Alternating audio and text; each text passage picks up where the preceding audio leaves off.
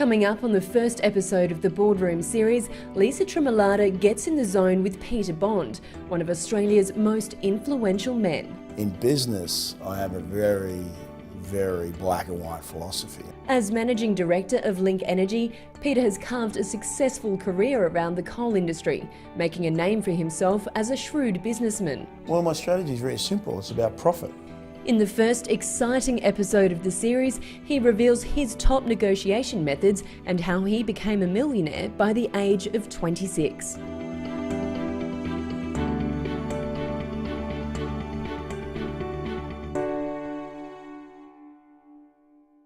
Today I'm joined by my friend Peter Bond, who's recorded to have one of the highest sales in history with India, a sale worth about $2.7 billion. So who better to talk to us about negotiation today? So is that $2.7 billion deal, is that your most memorable deal? I know there's some internet marketers that have, say, made $2 million in one day, yet they say their first sale of a $20 book was more memorable. It was an important sale, and it had lots of strings we had to pull together. It was quite complex and very high profile at the time. And a lot of people were commenting about whether I could do that coal deal or not. Even though we're under a lot of pressure, I have a philosophy that, you know, the person in the room with the most options wins. So we're constantly running options on that deal right up to the last week of the deal. But at the end of the day, it's about knowing what you want and staying focused on what you want, and also finding out what the other party wants. I mean, a lot of people miss the obvious. They really do try to second guess the opposition or the buyer or seller too much. They put their own personal beliefs onto them when it's got nothing to do with that. So how do you deal with egos? Well, ego's brilliant. I love dealing with egotists. They're great. Because with egotists, you know what drives them. Ego. So all you got to do is just simply say, you know, take a step back and just let their ego roll. Once somebody shows themselves to be, and you don't understand, I deal with billionaires. You want ego? Get in a room with some of the people I deal with, and it can be pretty significant. How do you deal with rebuttals?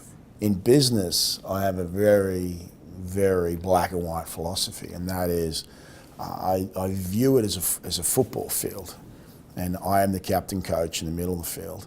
I have over 400 employees, which are on the field. I have 15,000 shareholders, which are in the stands cheering for me, and anybody on the other side of that is who I'm meant to beat that day. You're there to walk off that football field at the end of every day, the winner. My 15,000 shareholders, my 400, nearly 500 employees, do not expect me to give away a free kick. They don't expect me to run up and pat him on the head and go, gee whiz, holy gosh. I got beaten on a deal some years ago, and it's rare. And the guy outplayed me. He hit me with a legal order, with a court order on a particular issue. This is years ago. And I laughed. And everyone said, why did you laugh? And I said, because it's exactly what I would have done. It was like, okay, well, let's pass it to the wing and run it down the wing and then have the big guy hit the little guy. And it was when I stood back and looked at it and thought, okay, he played ahead of me. He was better than me on the day. So there are different strategies that you use for different situations? Well, my strategy is very simple. It's about profit. You know, there's an old saying, you never go broke taking profits. But you do go broke getting greedy. And it's that fine line between knowing what is a nice and a good and reasonable profit, which you're happy with. So what is it about you that you think helps you get deals across the line?